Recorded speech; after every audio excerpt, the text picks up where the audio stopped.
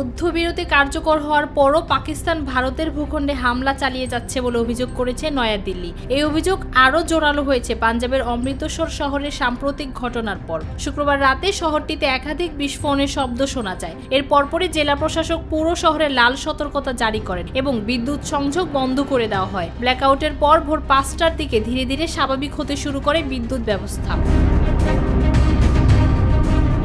রোববার সকালে এক বিবৃতিতে শহর ও জেলার বাসিন্দাদের উদ্দেশ্যে অমৃতসরের জেলা প্রশাসক বলেন, আপনাদের অসুবিধার বিষয়টি বিবেচনা করে আমরা বিদ্যুৎ সরবরাহ ফের স্বাভাবিক করছি, কিন্তু ভুলে গেলে চলবে না যে বিপদ এখনো কাটেনি। অমৃতসর শহর ও জেলা জুড়ে লাল সতর্কতা জারি করা হয়েছে। নগরবাসীর উদ্দেশ্যে বলছি, আপনারা খুব জরুরি প্রয়োজন না হলে বাড়ির বাইরে বের হবেন না, ঘরের ভেতর থাকবেন এবং অবশ্যই জানালার কাছে যাবেন না। ঝুঁকি কেটে যাওয়ার পর দ্রুততম সময়ের মধ্যে আমরা সবুজ সংকেত জারি করব। ততক্ষণ পর্যন্ত অপেক্ষা করুন এবং দয়া করে ভয় পাবেন না।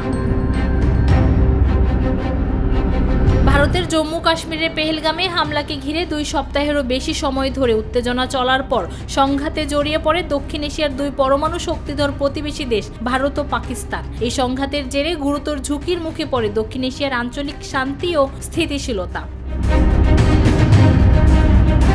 টানা কয়েকদিনের সংঘাত সহিংসতা চলার পর যুক্তরাষ্ট্রের মধ্যস্থায় শনিবার যুদ্ধবিরতিতে সম্মত হয় ভারত ও পাকিস্তান। তবে ভারতের অভিযোগ, যুদ্ধবিরতিতে সম্মত হওয়ার পরও ভারতের ভূখণ্ডে হামলা অব্যাহত রেখেছে পাকিস্তান। ভারতের পররাষ্ট্র সচিব বিক্রম মিস্ত্রি বলেছেন, সার্বিক পরিস্থিতি নিবিড়ভাবে পর্যবেক্ষণ করছে ভারতের সশস্ত্র বাহিনী। তবে পাকিস্তানের প্রধানমন্ত্রী শেহবাজ শরীফ এই অভিযোগ অস্বীকার করেছেন। ফৌজি আক্তার, নিরপেক্ষ নিউজ ডেস্ক।